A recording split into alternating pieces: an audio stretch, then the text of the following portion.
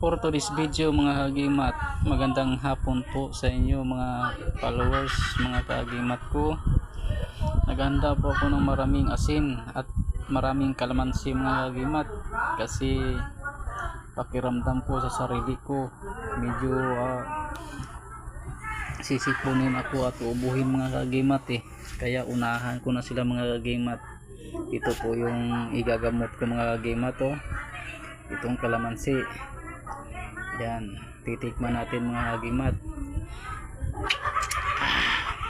Medyo maasim talaga, pero titiisin natin mga kagimat kasi para umalis po yung sipon at tubo. Yan.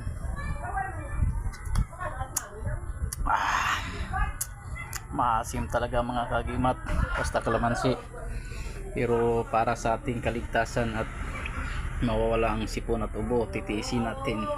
Thank you for watching. God bless.